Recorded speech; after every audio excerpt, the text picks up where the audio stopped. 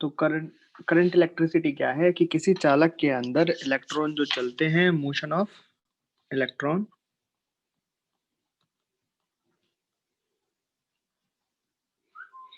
In the conductor.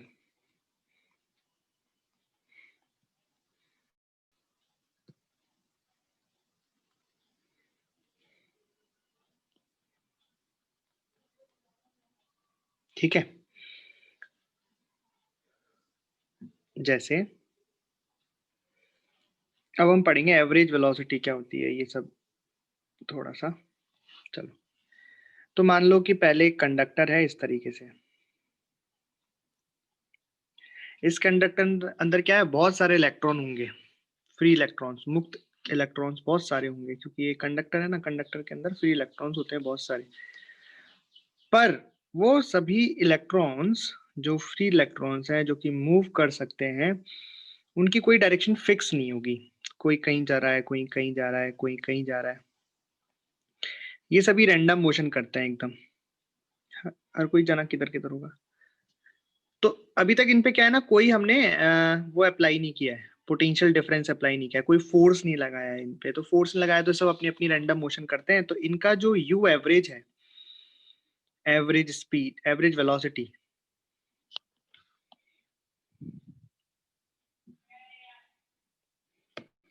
हाँ, इनकी जो एवरेज वेलोसिटी है वो कितनी आती है, 0।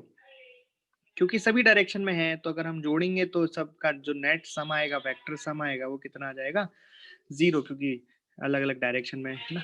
अब हमने क्या किया कि इस कंडक्टर पे लगा दिया एक बैटरी, या कह दो कि एक लगा दिया फोर्स। तो इस कंडक्टर में मान लो इधर हमने पॉजिटिव और इधर नेगेटिव, जैसे हमने इसको अगर मान लो बैटरी से कनेक्ट कर दिया इस तरीके से, तो ये नेगेटिव टर्मिनल है बैटरी का, ये पॉजिटिव टर्मिनल है ना। यानी कि यहाँ पे प्लस चार्ज ज्यादा होंगे, मतलब इस, और यहाँ ऋणात्मक चार्ज ज्यादा होंगे, नेगेटिव चार्ज ज्यादा होंगे। इसकी वजह से ये जो पॉइंट है ये प्लस हो जाएगा और ये वाला पॉइंट माइनस हो जाएगा। तो अब क्या हुआ कि इस कंडक्टर में क्या पैदा हो गया, एक इलेक्ट्रिक फील्ड पैदा हो गया। इलेक्ट्रिक फील्ड किधर से होता है, प्लस से माइनस की ओर। तो ऐसा आ गया इलेक्ट्रिक फील्ड, प्लस से माइनस की ओर। तो जो इलेक्ट्रॉन थे उन पर फोर्स लगने लग गया। अब ये जो इलेक्ट्रॉन, इसमें मुक्त इलेक्ट्रॉन, फ्री इलेक्ट्रॉन जो घूम रहे थे रैंडम रैंडम, अभी रैंडम नहीं घूमेंगे, इनके ऊपर एक फोर्स लग गया। अब ये, अच्छा, इलेक्ट्रॉनों पे फोर्स अपोजिट डायरेक्शन में होता है, इलेक्ट्रिक फील्ड के अपोजिट डायरेक्शन में, तो इन पर फोर्स ऐसा हो जाएगा इस तरीके से। ठीक है, और फोर्स कितना होगा हम जानते ही हैं, फोर्स बराबर होगा Q इंटू ई। तो Q यहाँ पे चार्ज इलेक्ट्रॉन है और इलेक्ट्रिक फील्ड मान लेते हैं E है, तो ये फोर्स आ जाएगा। और डायरेक्शन तो मैंने डायग्राम में बताई दी। अब फोर्स को m इंटू एक्सेलरेशन कर दूं तो एक्सेलरेशन आ जाएगा हर चार्ज के ऊपर कितना, अपोजिट डायरेक्शन में, किसके, इलेक्ट्रिक फील्ड के अपोजिट डायरेक्शन में। तो E into E vector upon m, ये एक्सेलरेशन आ गया। ठीक है, तो इनकी वेलोसिटी कैसे रहेगी, जैसे मान लो अभी वेलोसिटी कुछ थी इनके पास, u1 वेलोसिटी थी। ठीक है, इनिशियल वेलोसिटी u1,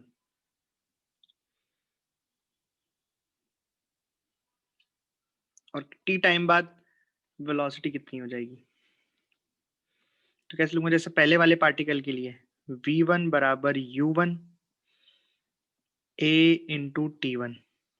एक्चुअल में टी1, टी क्या है यहाँ पे, एक टक्कर से दूसरी टक्कर के बीच में लगा समय। देखो क्या होगा कि यहाँ पे बहुत सारे इलेक्ट्रॉन थे, उन पे फोर्स आया, तो फोर्स आया तो चलना स्टार्ट किया इन्होंने इस डायरेक्शन में। जब इस डायरेक्शन में चलना स्टार्ट किया तो ये टकराएंगे। तो जैसे ये पार्ट अभी चार्ज ऐसे पड़ा हुआ है, अभी चलना स्टार्ट किया, चलना स्टार्ट किया, तो इससे टकराया, फिर क्या होगा, रुक जाएगा, फिर चलना स्टार्ट किया, चलना है, फिर टकरा जाएगा, फिर रुक जाएगा। तो एक टक्कर से दूसरी टक्कर में लगा समय है यहाँ पे टाइम t1। और u1 वेलोसिटी कितनी हो गई कि जब उसने चलना स्टार्ट किया उस वक्त उसकी वेलोसिटी, और v1 क्या हो गई, टक्कर लगने के जस्ट पहले उसकी वेलोसिटी। तो एक टक्कर से दूसरी टक्कर में लगा समय हो गया t1। ऐसे मैं सभी चार्जों के लिए लिख दूंगा, तो सभी इलेक्ट्रॉन्स के लिए लिख दूंगा। तो मान लो इसमें n इलेक्ट्रॉन है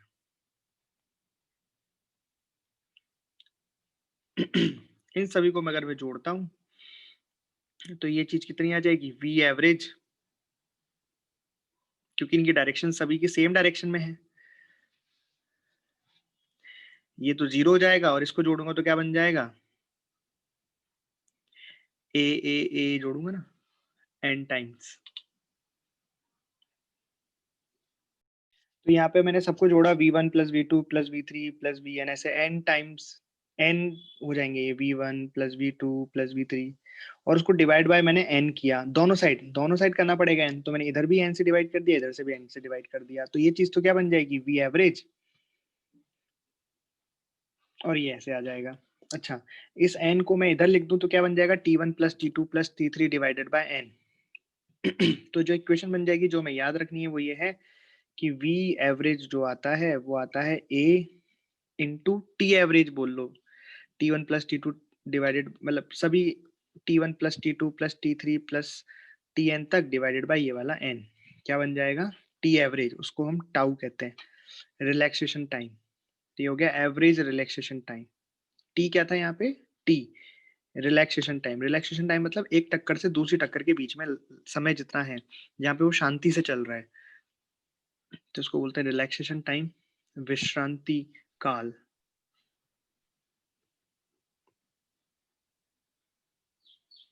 ठीक है, और ये हो जाएगा average relaxation time.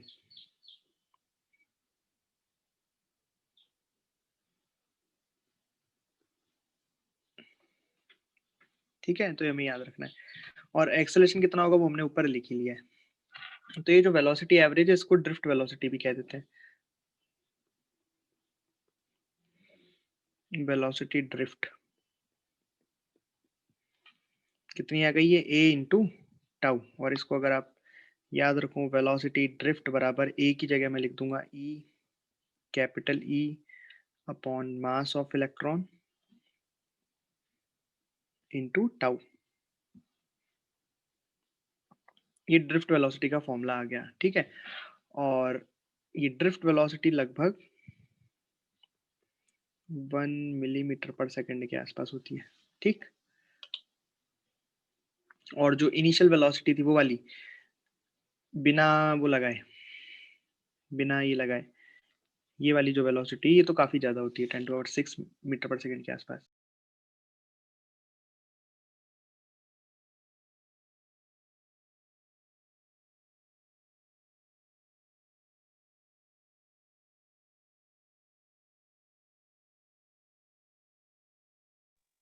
Hello sir.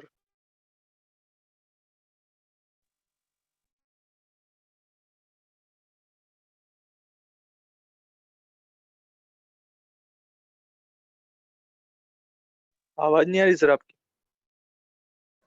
Sir आपकी आवाज नहीं आ रही।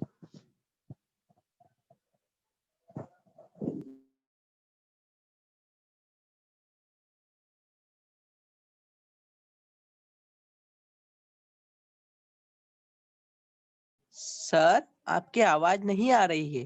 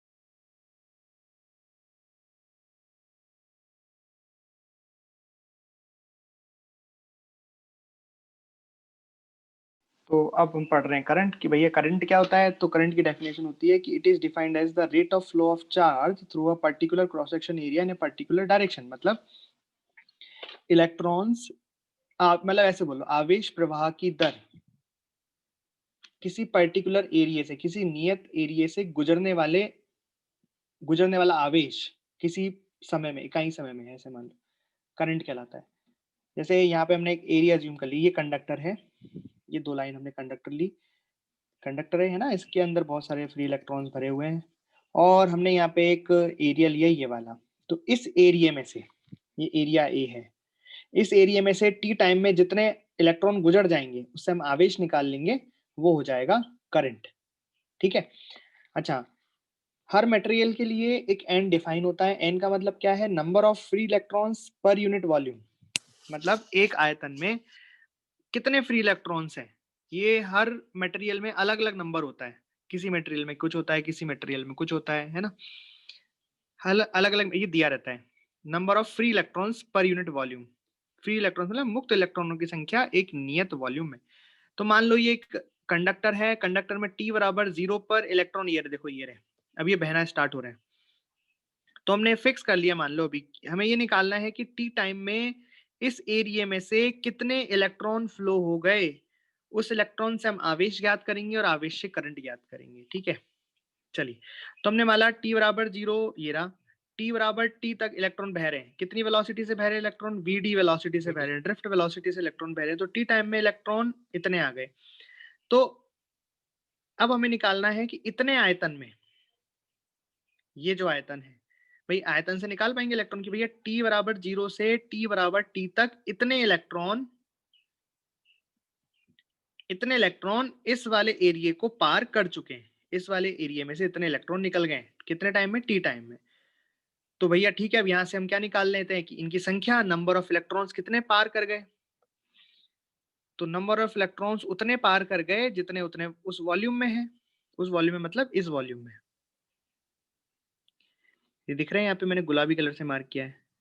तो इसके अंदर जितने इलेक्ट्रॉन, ये डैश डैश डैश डैश पानी नहीं भरा है, ये इलेक्ट्रॉन्स हैं। ठीक है, ये इलेक्ट्रॉन्स हैं। तो इस आयतन में कितने इलेक्ट्रॉन हैं बता सकते हो? बिल्कुल बता सकते हैं हम। नंबर ऑफ इलेक्ट्रॉन्स कितने हो जाएंगे भैया? हमें ये पता है, number of electrons per unit volume, मतलब एक इकाई वॉल्यूम में इलेक्ट्रॉन की संख्या है n। तो यहाँ पे जो कितने इलेक्ट्रॉन आ जाएंगे, इसका वॉल्यूम निकाल लेते हैं। वॉल्यूम कितना होता है? Area into height. Area A है, हाइट कितनी हो गई? एक्स। एक्स कितनी है? Drift velocity into time. ये क्या आ गया? ये आ गया वॉल्यूम। और वॉल्यूम को हमने मल्टीप्लाई कर दिया एन से। अगर वॉल्यूम को हमने एन से मल्टीप्लाई कर दिया तो ये चीज क्या आ गई? ये आ गई कि ये जो वॉल्यूम है गुलाबी कलर से जो मैंने बनाया है, इसके अंदर इतने इलेक्ट्रॉन्स हैं। दिखाई दे रहा है? इसके अंदर इतने इलेक्ट्रॉन्स हैं। मतलब टी टाइम में इस एरिया में से, टी टाइम, टी बराबर 0 पे, टी बराबर 0 से लेके टी बराबर टी तक इतने इलेक्ट्रॉन्स इसमें से क्रॉस कर गए। ये बात समझ में आ गई क्या? बस अब हमें करंट निकालना है। तो करंट होता है चार्ज डिवाइड बाय टाइम। तो अगर हमें नंबर ऑफ इलेक्ट्रॉन्स निकाल लिए हैं, अगर हमने नंबर ऑफ इलेक्ट्रॉन्स निकाल लिए हैं, हमें पता है इलेक्ट्रॉनों की संख्या, तो आवेश भी निकाल सकते हैं। कैसे? Q बराबर कितना हो जाएगा? Number of electrons into E। Number of electrons कितने हैं? A VD into T into N. ये तो हो गए नंबर ऑफ इलेक्ट्रॉन्स। इसको मल्टीप्लाई कर दिया हमने आवेश से। एक इलेक्ट्रॉन का आवेश ई होता है, तो इतने इलेक्ट्रॉनों का आवेश हो गया into E divided by time. Time से कटा टाइम, तो यहाँ से एक फॉर्मूला निकल के आता है, आई बराबर N E A V D. ये बहुत ही बढ़िया फॉर्मूला है। ये किस किस में रिलेशन दे रहा है आपको? ये रिलेशन मिल रहा है आपको करंट में। यहाँ पे हर चीज का मतलब समझो। आई का मतलब है करंट इलेक्ट्रिसिटी, एन का मतलब है यहाँ पे number of electrons, number of free electrons per unit volume. E का मतलब है यहाँ पे एक इलेक्ट्रॉन का चार्ज 1.6 10⁻19। एरिया यहाँ पे जिस एरिया में से हम बात कर रहे हैं, जिस एरिया में से हम बात करें कि इलेक्ट्रॉन निकलेंगे, वो एरिया ए। और वीडी का मतलब है ड्रिफ्ट वेलोसिटी। ठीक है, ये फॉर्मूला आपको याद रखना है। भले से आपको डेरिवेशन याद रहे ना रहे, ये कैसे किया बट ये फॉर्मूला आपको याद रखना है, छोटे छोटे सवाल इससे बनते हैं। ठीक, ठीक है। अब यहाँ पे कई बार है ना एन निकालने का, ये जो एन है ना एन, ये कई बार डायरेक्टली क्वेश्चन में नहीं दिया होता है, लेकिन इसकी जगह कुछ चीजें दे दी होती हैं, उनकी सहायता से हम ये एन निकाल सकते हैं। ध्यान से समझ लो, एन क्या है? Number of free electrons divided by volume. जैसे आपको किसी कंडक्टर का वॉल्यूम पता है कि भाई इसकी लेंथ पता है, एरिया पता है, आपको ऐसे दे दिया जाएगा, ये बता दिया जाएगा कि जो कंडक्टर है ये कितने किलो का कंडक्टर, इसका मास भी पता लग जाएगा आपको, किसका बना है, कॉपर का बना है, एल्यूमिनियम का पता है तो उसका मॉलिक्यूलर वेट भी पता लग जाएगा आपको। ठीक है, इसका मास पता लग गया, मॉलिक्यूलर वेट पता लग गया, वॉल्यूम पता लग गया, है ना। आपको निकालना है कि इसमें नंबर ऑफ फ्री इलेक्ट्रॉन्स कितने होंगे, डिवाइड बाय वॉल्यूम से मल्टीप्लाई डिवाइड कर दोगे तो आपके आ जाएंगे number of free electrons divided by volume. ठीक, तो मैं एन के बारे में कुछ चीजें बता देता हूँ, कई बार ये डायरेक्टली नहीं दिया होता है तो हमें फाइंड करना पड़ता है, कैलकुलेट करना पड़ता है। तो जो एन है, number of free electrons divide by volume, ये किस पे डिपेंड करता है? मटेरियल पे डिपेंड करता है, अलग अलग मटेरियल के लिए अलग अलग होता है।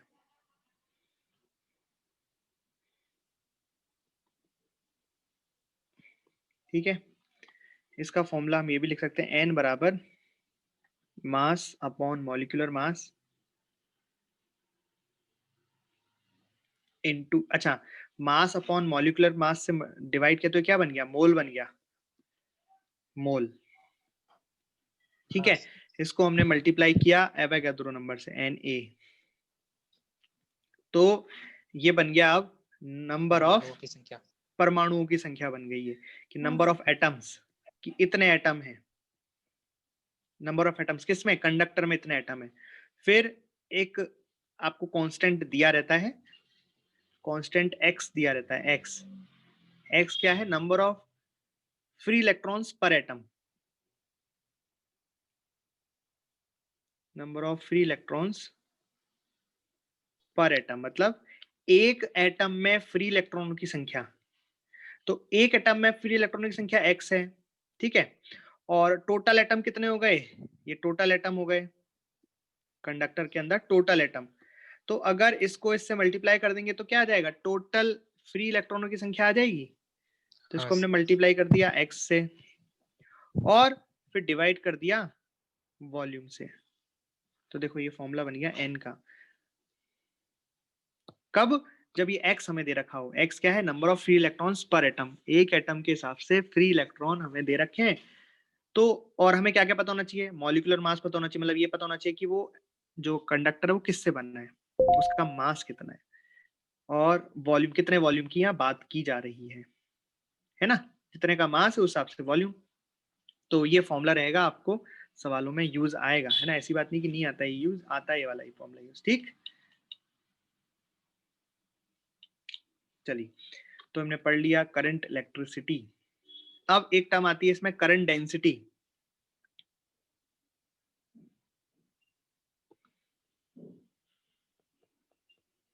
धारा घनत्व,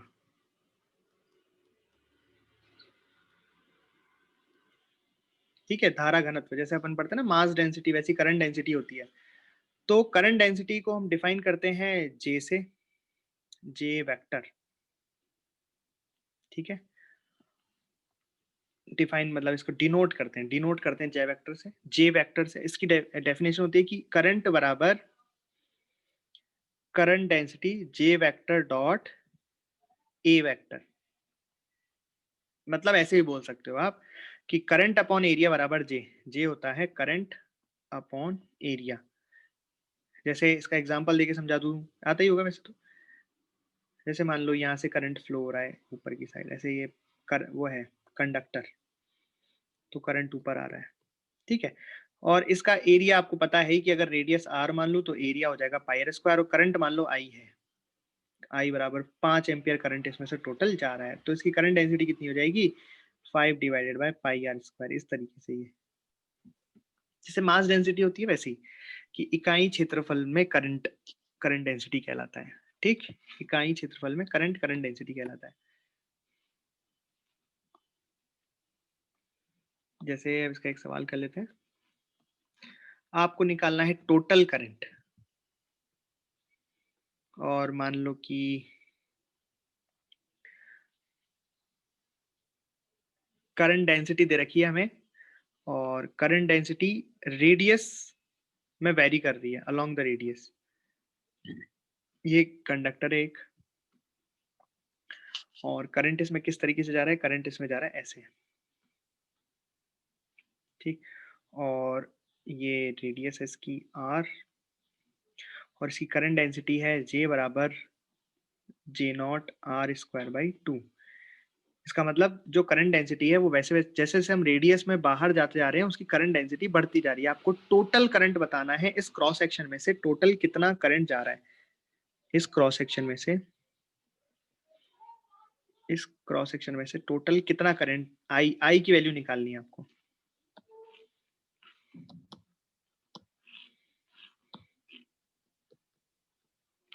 करंट कितना होगा, रेडियस r दे रखा है, करंट डेंसिटी इतनी दे रखी है। तो कैसे करेंगे, जैसे कि हमें पता है कि करंट बराबर होगा, भाई एलिमेंट लेना पड़ेगा इसमें, तो एक एलिमेंट में से कितना करंट जा रहा है वो निकालेंगे। करो। तो मैं क्या करता हूँ, इसका साइड व्यू बना लेता हूँ, साइड से देखता हूँ इसको, तो कुछ ऐसा दिखेगा। ये है पूरी आर रेडियस का। अब इसमें हमने एलिमेंट लिया, एलिमेंट कैसे लिया, ऐसे स्मॉल आर पे जाके या एक्स पे जाके dx का एलिमेंट लिया, ऐसी एक रिंग जैसा बन जाएगा ये, ठीक है। एक्स पे जाके dx थिकनेस का हमने एक एलिमेंट लिया। इस छोटे से थिकनेस का एरिया कितना हो जाएगा, इसका एरिया हो जाएगा लंबाई इंटू चौड़ाई। तो लंबाई हो जाएगी इसकी 2πx इंटू dx, ये हो जाएगा।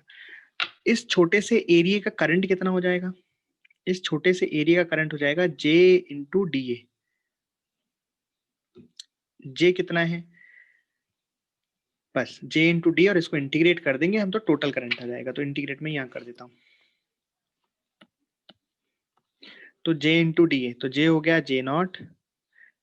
अच्छा, x पे जाके हमने एलिमेंट लिया है, x पे जाके लिया है हमने एलिमेंट, तो यहाँ पे r की जगह क्या रख देंगे, x रख देंगे। r का मतलब क्या है, रेडियस की डायरेक्शन में कितनी डिस्टेंस, आप रेडियस में अलोंग द रेडियस जितनी डिस्टेंस पे जाओगे उस हिसाब से करंट डेंसिटी बढ़ती जा रही है। मतलब जैसे जैसे आप बाहर जाओगे वहां पे करंट की वैल्यू ज्यादा है ना।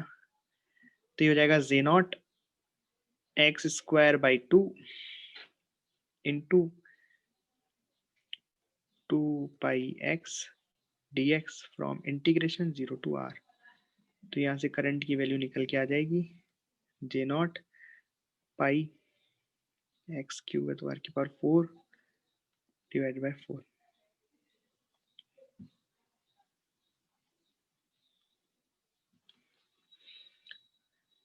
तो क्या किया, समझ में आया। तो इसमें बेसिकली करंट फ्लो हो रहा था, लेकिन करंट बराबर फ्लो नहीं हो रहा था कि हर जगह से सेम करंट जा रहा है। अंदर कम था, बाहर करंट ज्यादा फ्लो हो रहा था। जैसे जैसे बाहर निकल रहे हैं अपन, बाहर की तरफ जा रहे हैं, करंट की वैल्यू बढ़ती जा रही है। तो टोटल करंट पूछा था कि इस क्रॉस सेक्शन में से कितना जा रहा है, और करंट डेंसिटी हमें दे रखी है, तो टोटल करंट इसमें से कितना जा रहा है, इतना जा रहा है।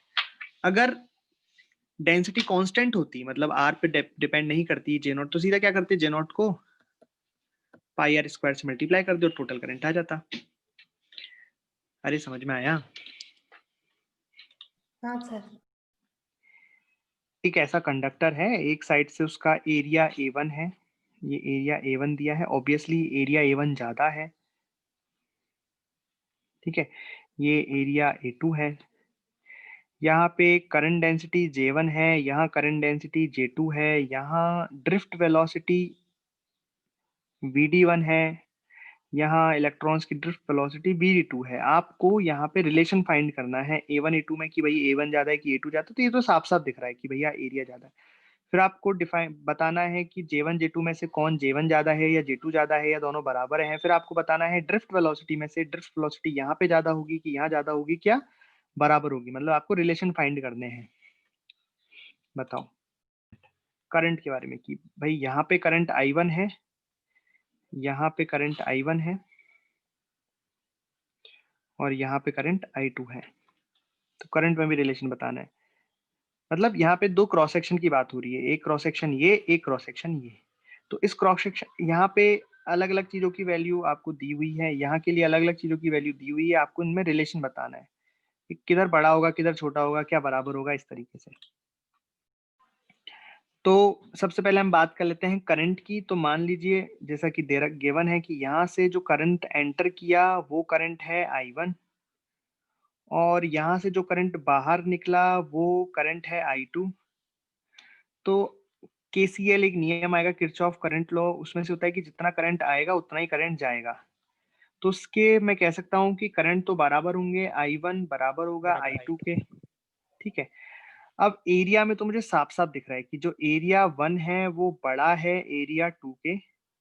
तो अगर मैं, अच्छा करंट बराबर है, ठीक है, तो अगर करंट बराबर है तो करंट डेंसिटी क्या होती है, करंट बराबर होता है J इंटू ए। तो अगर करंट बराबर है तो मैं लिख सकता हूँ J1A1 बराबर होगा J2A2 के। भाई करंट को मैं लिख सकता हूँ ना, अभी अभी हमने पढ़ा है करंट बराबर होता है J इंटू ए, या J बराबर में लिख सकता हूँ I/A, उस तरीके से। तो J1A1 इन दोनों का मल्टीप्लीकेशन बराबर होगा। अब आपको पता है यहाँ पे A1 बड़ा है A2 छोटा है और मल्टीप्लीकेशन बराबर है, इसका मतलब J1 छोटा होगा और J2 बड़ा होगा। तो मैं लिख सकता हूँ कि J1 छोटा होगा J2 छोटा होगा। तो एक रिलेशन तो आ गया किसमें, करंट डेंसिटी में। अब आगे बात करते हैं अपन ड्रिफ्ट वेलोसिटी पे। तो एक फॉर्मूला और पढ़ा था हमने, I बराबर NEABD। तो यहाँ पे I1 बराबर I2 है, तो मैं यहाँ लिख सकता हूँ NEA1BD1। कैसे, ये क्यों लिखा मैंने, देखो कि भैया ये जो कंडक्टर तो सेम ही है, कंडक्टर की बस क्रॉस सेक्शन बदली है, क्रॉस सेक्शन बदलने से मटेरियल थोड़ी बदला है। तो अगर मटेरियल चेंज नहीं हुआ तो number of free electrons per unit volume दोनों में सेम रहेगा। आवेश का मान E की वैल्यू तो हमेशा ही सेम रहती है, क्रॉस सेक्शन से उसका कोई मतलब ही नहीं है, इसलिए यहाँ पे मैंने लिखा NEA2BD2। मतलब कुल मिला के ये आ गया A1BD1 बराबर A2BD2। यहाँ पे फिर से कि भाई मल्टीप्लीकेशन बड़ा है और मल्टीप्लीकेशन बराबर है, और अगर एरिया बड़ा है तो यहाँ BD1 को छोटा होना पड़ेगा। तो यहाँ से रिलेशन फिर आ गया कि VD1 is less than BD2। इस तरीके से आपका सभी आंसर आ गए। BD1 में रिलेशन आ गया, एरिया में और करंट में। देख लो, किसी को कोई डाउट तो पूछ लो। देखो ये छोटे छोटे रिलेशन बनते हैं, कोई बहुत बड़ा नहीं है, छोटा सा रिलेशन अभी तुरंत से हम बना देंगे।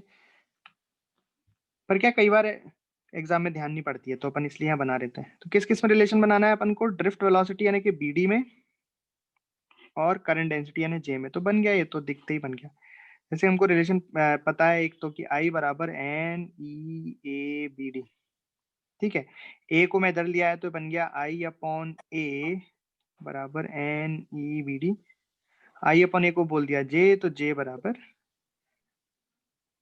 बन गया रिलेशन। किस किस के बीच में बन गया रिलेशन, ये drift velocity and current density. ठीक है, तो अब हम पढ़ेंगे relation between current and the potential. आपको पता है कि वो रिलेशन ओम्स लॉ आता है, V बराबर IR, वही हम बना रहे हैं। एक तरीके से R की वैल्यू क्या होती है, किन बातों पे डिपेंड करती है, रेजिस्टेंस क्या होता है, वैसे तो हमें सब पता है, लेकिन फिर भी एक बार कि रेजिस्टेंस लेंथ के प्रोपोर्शनल होता है, एरिया के इनवर्स प्रोपोर्शनल होता है, वो सब बातें एक बार जल्दी से हम देख लेते हैं कि कैसे हुआ।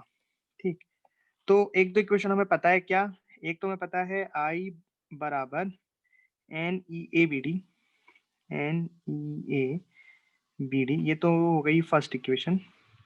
सेकंड इक्वेशन हमें पता थी, हाँ ड्रिफ्ट वेलोसिटी की इक्वेशन निकल के आई थी, V एवरेज बराबर निकल के आई थी E tau upon M, mass of electron है ये दूसरी इक्वेशन पढ़ चुके हैं हम, ये ऑलरेडी निकाल रहे हैं। और हमने, आपको ध्यान है हमने क्या किया था, ऐसे एक कंडक्टर था और कंडक्टर पर हमने एक पोटेंशियल डिफरेंस लगाया था बैटरी के द्वारा, यहाँ पे प्लस और ये माइनस, एक पोटेंशियल डिफरेंस बनाया था और इसका लेंथ मान लो L है। तो इलेक्ट्रिक फील्ड आया था इस तरीके से E, और पोटेंशियल डिफरेंस डेल्टा V, तो डेल्टा V बराबर हो गया था E इंटू एल, हो जाएगा वो तो ऑब्वियस, हमको पता ही है कि भैया अगर इलेक्ट्रिक फील्ड है E, यहाँ पे इलेक्ट्रिक फील्ड अगर E है और लेंथ इसकी L है, तो यहाँ से यहाँ तक का पोटेंशियल डिफरेंस कितना हो गया, E इंटू एल। हम जानते हैं ना V बराबर integration E dot D R, मतलब अगर इलेक्ट्रिक फील्ड कांस्टेंट है तो E into L delta V हो जाएगा। ठीक, ये हो गई तीसरी इक्वेशन। तो तीन इक्वेशन हमें पता है, बस इन्हीं को थोड़ा ऊपर नीचे करके हमें I और V में, V मतलब ये यहाँ पे जो हम बात कर रहे हैं ना, देखो ये पोटेंशियल डिफरेंस की बात है, लिख उसे V देते हैं, लेकिन असली में उसका मतलब क्या होता है, डेल्टा V ही होता है उसका मतलब। ठीक है, लिख देते हैं V से, पूरे चैप्टर में कहीं पे भी ऐसे लिखते हैं उसको V करके ही है, लेकिन वो होता डेल्टा V है, पोटेंशियल डिफरेंस होता है वो। ठीक है ना, एक पॉइंट और दूसरे दो पॉइंट A और B के बीच में डिफरेंस पोटेंशियल का, ऐसा होता है वो। पर लिखते हैं उसको V से ही है, लेकिन मैंने यहाँ पे देखो डेल्टा से लिख दिया समझाने के लिए। पर अब जो मतलब फेमस है वही लिखना पड़ेगा हमें, V बराबर E इंटू एल। ठीक, बाकी मतलब क्या समझोगे इसको, क्या है ये, पोटेंशियल डिफरेंस है ये, है ना, एक पॉइंट का पोटेंशियल नहीं है, डिफरेंस है दो पॉइंट के बीच में। चलिए अब इसको एक में दूसरे की वैल्यू डाल डाल के निकाल लेते हैं। तो जैसे सबसे पहले हम क्या करते हैं, वीडी की वैल्यू यहाँ रख देते हैं। ठीक है, तो क्या बन जाएगा बताओ, ये बन जाएगा I बराबर NEA, है ना, NEA, BD की जगह हम इसको रख देते हैं, ये हो जाएगा E tau upon mass of electron. ठीक है, तो एक चीज और अब, और ये जो E की वैल्यू है वो भी रख देते हैं। यहाँ से E की वैल्यू कितनी आई, यहाँ से E की वैल्यू आ रही है V अपॉन एल, तो ये इस इक्वेशन में E की वैल्यू को V अपॉन एल रख देते हैं, फिर देखते हैं क्या मिलता है। आइए, जो स्क्वायर हो रहे हैं स्क्वायर कर दो, तो N E स्क्वायर, इसे E square A tau upon mass of electron into E, और E की जगह मैंने रख दिया V अपॉन एल। तो यहाँ से V बराबर कितना आ गया, यहाँ से V बराबर कितना आ गया, देखो जरा ध्यान से, यहाँ से V बराबर कितना आ गया, यहाँ से V बराबर आ गया m mass of electron into L divided by n E square A tau into I. ये आ गया क्या, हाँ सर। देखो ना, मैंने बस क्या किया, V को निकाला तो L इंटू एम को यहाँ से मल्टीप्लाई कर दिया, इसको नीचे ले गया, तो ये बन गया।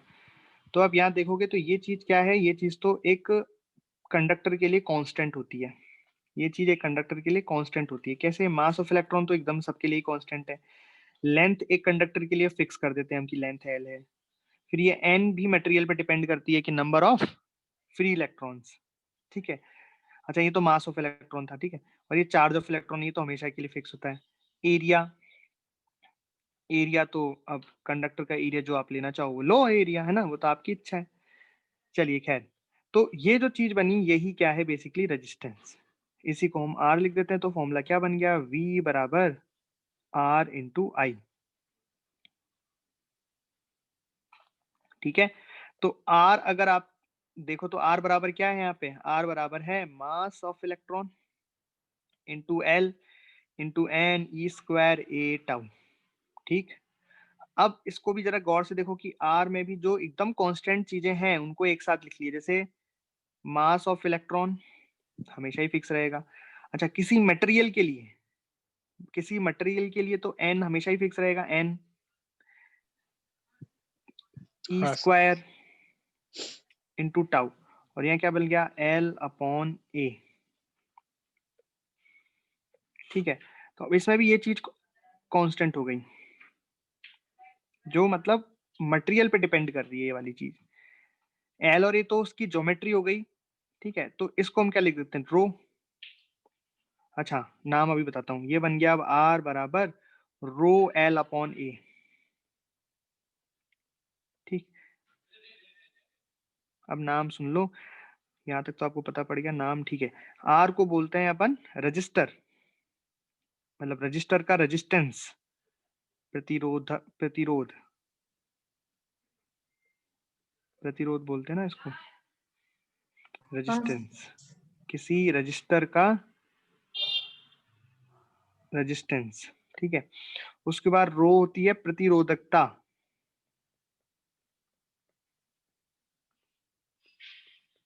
प्रतिरोधकता मतलब रजिस्टिविटी, ठीक है। और रजिस्टिविटी जो होती है वो केवल किस पे निर्भर करती है? रजिस्टिविटी निर्भर करती है केवल मटेरियल पर, मटेरियल की ज्योमेट्री पर निर्भर नहीं करती है, मटेरियल पर निर्भर करती है। मैं लिख देता हूं मैं नोट डाल के कि जो रो है, रो डिपेंड्स ऑन फर्स्ट एक तो मटेरियल पे। क्यों मटेरियल पे क्यों डिपेंड कर रही है? क्योंकि एन डिपेंड करता है मटेरियल पे, क्योंकि एन डिपेंड करता है। एन क्या है यहाँ पे? वही जो स्टार्टिंग से चला आ रहा है। एन क्या है? Number of free electrons per unit volume, number of free electrons per unit volume. और दूसरा किस पे डिपेंड करती है? दूसरा ये डिपेंड करती है टेम्परेचर पर, टेम्परेचर पर। क्यों? क्योंकि टाउ डिपेंड करता है टेम्परेचर पर। ये जो टाउ देख रहे हो ना आप, ये टाउ टेम्परेचर पर डिपेंड करता है, ठीक है। अभी बताऊंगा कैसे करते हैं। तो टाउ बेसिकली क्या है, अभी बताऊंगा फिर कैसे करता है। चलो, तो ये पता लग गया आपको, रो डिपेंड्स ऑन, ये केवल दो ही चीजों पर डिपेंड करती है, मटेरियल पे और टेम्परेचर पे। और अगर टेम्परेचर को फिक्स रख दो तो फिर मटेरियल पे डिपेंड करती है। अलग अलग एक फिक्स टेम्परेचर पर अलग अलग मटेरियल के लिए रजिस्टिविटी, रजिस्टिविटी क्या होगी? अलग अलग होगी। अच्छा बताओ, अगर दो दो मैं यहाँ पे रजिस्टर लेने वाला हूँ, दो रजिस्टर लेने वाला हूँ, ध्यान से देखना। एक तो ऐसा है और एक बड़ा है, और लाइन छोटी कर दी मान लो, ऐसा कुछ है। ये दोनों कॉपर के बने हुए हैं, दोनों कॉपर के बने हुए हैं, ध्यान रखना। और अगर इसकी लेंथ ज्यादा है, इसकी लेंथ कम है, और इसका एरिया कम है, इसका एरिया, बताओ रजिस्टिविटी किसकी ज्यादा होगी? रजिस्टिविटी किसकी ज्यादा होगी? फर्स्ट वाले की ज्यादा होगी। फर्स्ट वाले की। हाँ, मेरे को पता है कि तुम, मेरे को पता ही था। अरे यार, इसलिए रजिस्टिविटी तो सेम होगी ना। रजिस्टिविटी केवल मटेरियल पर डिपेंड करती है, सेम होगी उसके उसके ज्योमेट्री पर डिपेंड नहीं करती है, यही तो मैं बोल रहा हूँ। तो ज्योमेट्री चाहे कितनी भी अलग अलग कर दो, मैंने लिखा था यहाँ साफ साफ कि ये भी कॉपर है और ये भी कॉपर है।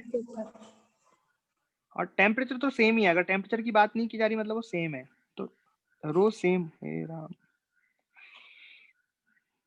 बट डज नॉट डिपेंड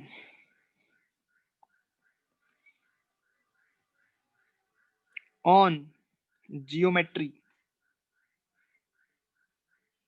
मतलब ज्यामिति पे डिपेंड नहीं करती, आकार पे डिपेंड नहीं करती। देख लो ना, क्यों? क्योंकि देखो रो का फॉर्मूला आ रहा है, रो का फॉर्मूला क्या आ रहा है यहाँ पे, ध्यान से देखो ना। रो का फॉर्मूला आ रहा है mass of electron N E square tau. अब मास ऑफ इलेक्ट्रॉन ई तो हमेशा हमेशा के लिए कांस्टेंट है, बस ये दो चीजें एन एंड टाउ। तो एन के लिए हमने लिख दिया मटेरियल, और टाउ के लिए लिख दिया टेम्परेचर। अरे समझ गए? हाँ सर।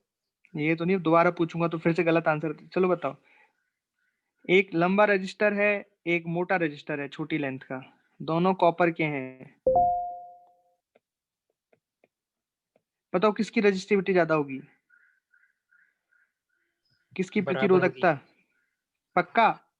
हाँ सर, पक्का। रो बराबर होगी। अभी मजा तो तब आता कोई बोल देता अभी भी कि इसकी ज्यादा होगी। अबे किसी ने नहीं बोला, चलो बच गए, बढ़िया रहा। ठीक है, तो ये मटेरियल पे डिपेंड करती है ना। अब बात करते हैं रेजिस्टेंस की। रो की तो बात हो गई, अब बात करते हैं आर की। ये रेजिस्टेंस किस किस पे डिपेंड करता है? रेजिस्टेंस आर, तो फॉर्मूला देखते हैं रेजिस्टेंस का। तो रेजिस्टेंस का हमने फॉर्मूला देखा, ये रहा बेसिकली पूरा फॉर्मूला रेजिस्टेंस का ही तो है, ये वाला, ये बड़ा है ना। तो यहाँ पे आप देखोगे कि मास ऑफ इलेक्ट्रॉन और ई स्क्वायर को तो छोड़ दो, ये तो हमेशा हमेशा के लिए कांस्टेंट है। उसके अलावा क्या क्या बना? एल है, एन है, ए है, टाउ है। तो ये इन सब चीजों पे डिपेंड करती है। तो जो रेजिस्टेंस है वो डायरेक्टली प्रोपोर्शनल टू रहेगा लेंथ के। जितना लेंथ ज्यादा होगा कंडक्टर का, उतनी ज्यादा उसका रेजिस्टेंस होगा, उतना ज्यादा उसका प्रतिरोध होगा।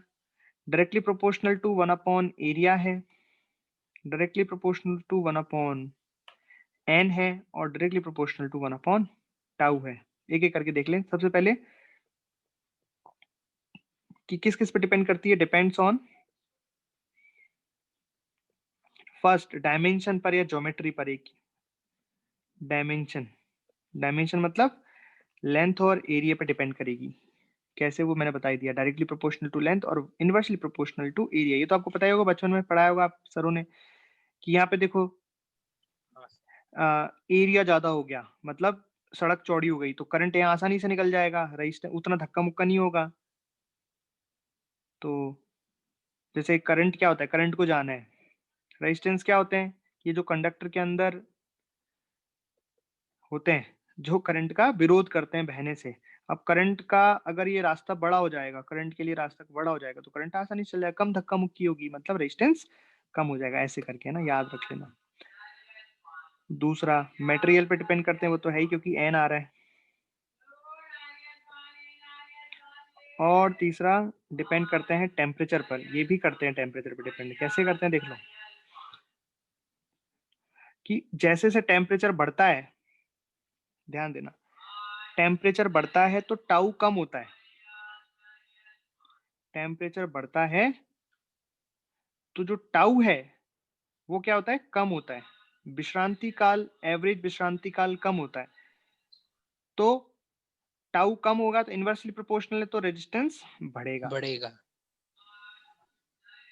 ठीक है। अच्छा, विश्रांति काल कैसे कम होगा समझाने के लिए बता देता हूँ कि विश्रांति काल का मतलब है कि एक टक्कर से दूसरे टक्कर के बीच में लगने वाला समय। अब टेम्परेचर बढ़ता है तो उनकी काइनेटिक एनर्जी बढ़ती है, वेलोसिटी बढ़ती है, तो जल्दी जल्दी टक्कर करते हैं। जल्दी जल्दी टक्कर करेंगे तो टाइम कम हो जाएगा, ऑब्वियस है। बस इतनी सी बात है कि टेम्परेचर बढ़ाने पर टाइम कम हुआ तो रेजिस्टेंस बढ़ गया। ठीक है क्या? अभी पढ़ेंगे हम टेम्परेचर का प्रभाव रेजिस्टेंस पे डिटेल में, लेकिन यहाँ पे इतना समझ लो कि हाँ, टेम्परेचर बढ़ेगा तो रेजिस्टेंस भी बढ़ता है।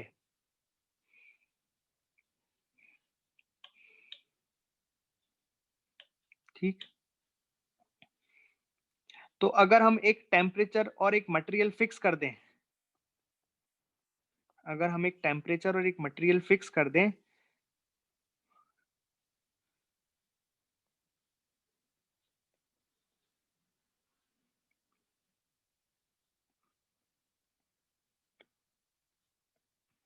अगर हमने एक टेम्परेचर एंड मटेरियल फिक्स कर दिया, ठीक है, तो हम रेजिस्टेंस में रिलेशन ऐसे देख सकते हैं। टेम्परेचर भी फिक्स कर दिया, मटेरियल भी फिक्स कर दिया, तो इसका मतलब रो फिक्स हो जाएगा। अब रो चेंज नहीं होगा, बस एल अपॉन ए के हिसाब से, लेंथ अपॉन एरिया के हिसाब से रेजिस्टेंस बदलेगा। ठीक है, एरिया और उस पर डिपेंड करेगा, लेंथ पे, रो पे डिपेंड नहीं करेगा क्योंकि मटेरियल फिक्स कर दिया, टेम्परेचर फिक्स कर दिया है। तो मतलब सेम मटेरियल और सेम टेम्परेचर पे लेंथ और एरिया बढ़ाओगे घटाओगे तो रेजिस्टेंस बदलेगा। मतलब सिंपल, ये तो पता ही है तुम्हें। मतलब अरे बात समझ में आ गई? यहाँ तक बात हाँ समझ में सर, आ गई क्या? ये अपन अभी बेसिक बेसिक पढ़ रहे हैं, बहुत चीजें। चलिए, समझ गए। अब हम रिलेशन बनाएंगे between, relation between J, J का मतलब current density, electric field and resistivity rho, इन तीनों के बीच में रिलेशन, क्या रिलेशन बनता है देखना ध्यान से। हम लिखते हैं जे बराबर आई अपॉन ए।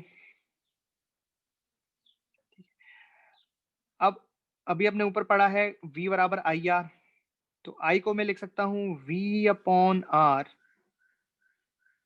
इंटू ए। अब v को मैं लिख सकता हूं, नहीं v को नहीं, v को तो v लिखूंगा, r को मैं लिख सकता हूं रो एल अपॉन ए इंटू ए। तो नीचे ले आता हूँ, चलो। अच्छा, ए से ए कट गया, चलो एक लाइन और लिख देता हूँ। यहाँ बन गया v अपॉन रो एल। तो क्या मिल गया बेसिकली, जे बराबर v अपॉन रो एल, और v अपॉन एल क्या बन जाएगा, e। तो रिलेशन बन गया जे बराबर e अपॉन रो। ठीक है, और 1 अपॉन रो, या रो होती है रेजिस्टिविटी, है ना, तो रो को 1 अपॉन सिग्मा भी लिख देते हैं। 1 अपॉन सिग्मा को 1 अपॉन रो को सिग्मा भी लिख देते हैं। सिग्मा का मतलब है कंडक्टिविटी, रेजिस्टिविटी का उल्टा।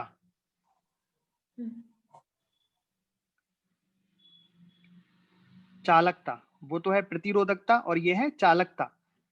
तो ये रिलेशन बन जाता है जे बराबर सिग्मा इंटू ई। इस तरीके से। तो एक रिलेशन ये बन गया, ये भी आपको याद रखना है, ठीक है। चलो, तो अभी हम वही पढ़ेंगे कि पहला, जैसे कि मान लो कि हमने किसी वायर को खींच के लंबा कर दिया है। खींच के लंबा करने का मतलब होता है कि उसकी रेडियस कम हो जाएगी। मतलब पहले वायर मोटा था, तुमने खींच के लंबा करोगे तो ऑब्वियस वो पतला हो जाएगा वायर। तो when wire is stretched, when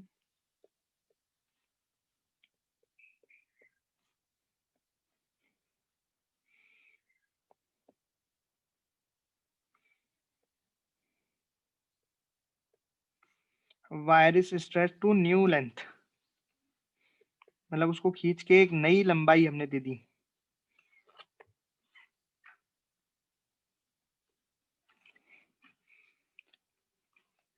Then volume of the wire remains constant।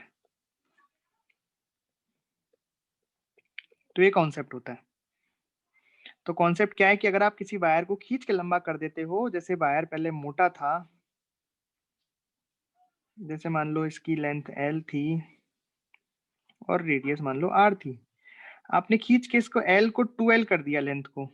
तो अगर लेंथ आपने लंबाई बड़ी कर दी, एक्स्ट्रा वायर ऐड नहीं किया है, इसी को खींचा है, तो रेडियस अपने आप कम हो जाएगी।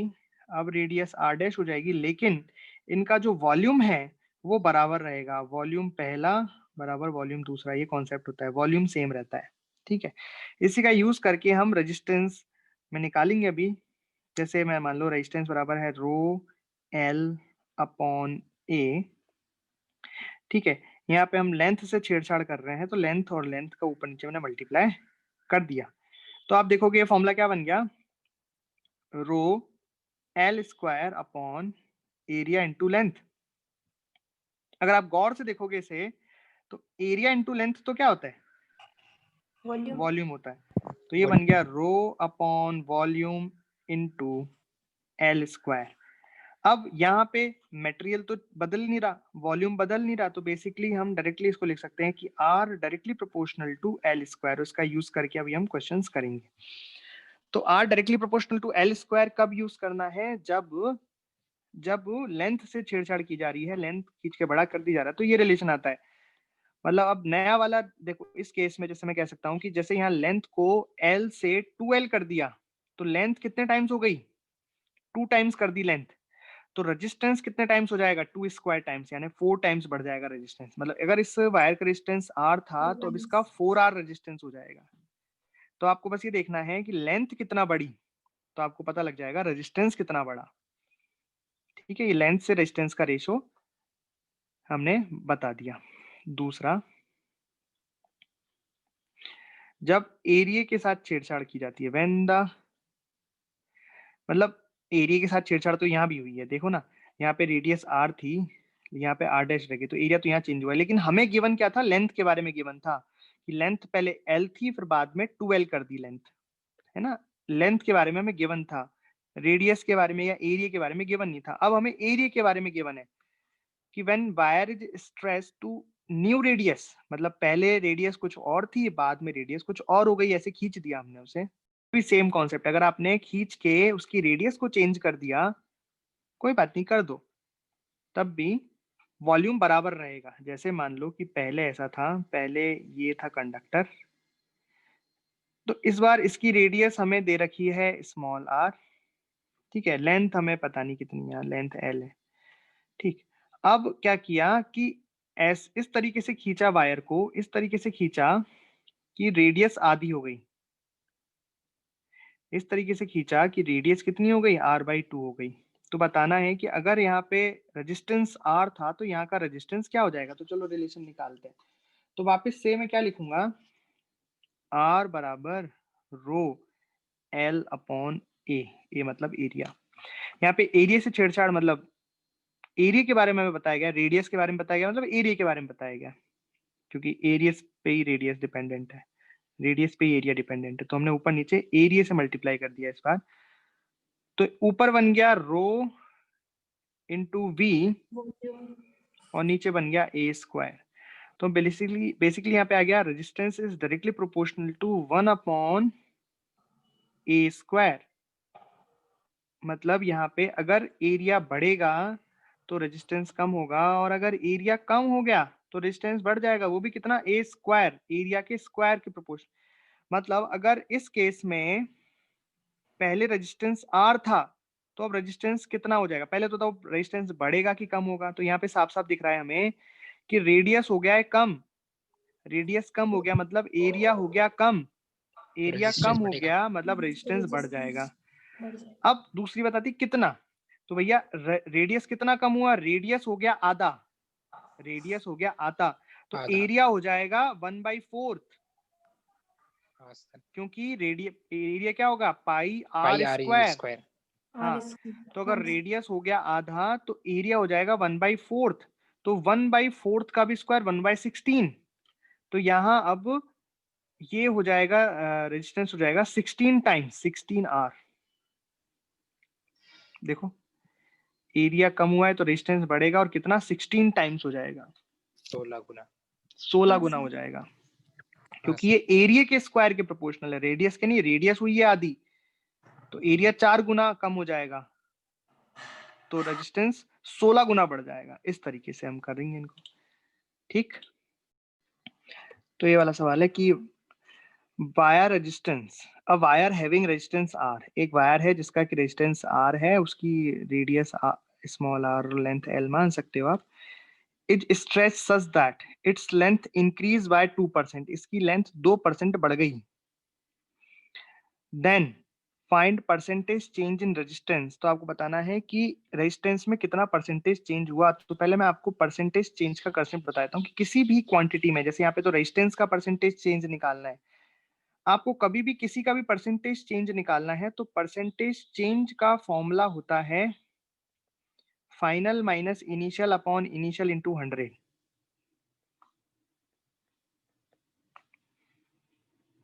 मतलब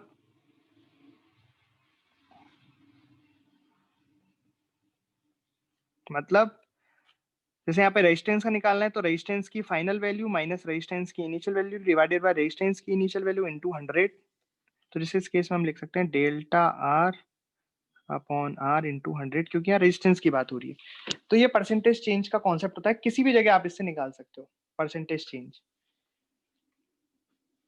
तो देखो अब इस सवाल को करने के दो तरीके हैं कि आप पहले तो ऐसे मानो कि एक रेजिस्टेंस था, एक कंडक्टर था जिसकी लेंथ एल थी और रेडियस स्मॉल आर थी। अब उसकी लेंथ को 2% बढ़ा दिया गया है, तो मतलब इसकी अब नई लेंथ जो हो गई है,